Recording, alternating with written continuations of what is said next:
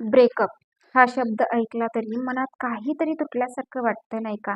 ज्याच्याशी तुम्ही प्रत्येक गोष्ट शेअर केली, ज्याच्यासोबत हसला, रडला, तोच एक दिवस तुमच्यापासून दूर जातो आणि त्यानंतर सुरू होतं. एक मन सांगतं नको बोलू आता आणि दुसरं मन ओरडतं एकदा तरी मेसेज करू दे. हो, हीच ती अवस्था जिथे सगळ्यात मोठी लढाई सुरू होते. एक मेसेज करावा का नाही? अशा वेळी स्वतःला विचारा, मी पुन्हा मानसिक शांती गमवायला तयार आहे का? जेव्हा जेव्हा तुम्हाला एक्सला मेसेज करावासा वाटेल, तेव्हा स्वतःला फक्त एक प्रश्न विचारा, मी पुन्हा माझं मानसिक संतुलन गमवायला तयार आहे का? जर समोरच्या व्यक्तीला तुमचं मोलच नाही, तर तुम्ही मेसेज करून स्वतःलाच दुखावत आहात. कधी कधी नो रिप्लाय म्हणजे सर्वात मोठं उत्तर असतं. अशा परिस्थितीत स्वतःशी प्रामाणिक राहा. समोरचा व्यक्ती आता तुमच्यात रस दाखवत नाही हे मान्य करा. तुम्हाला एखाद्या गोष्टीमुळे शारीरिक वेदना झाल्या तर ती गोष्ट पुन्हा करणार नाही ना.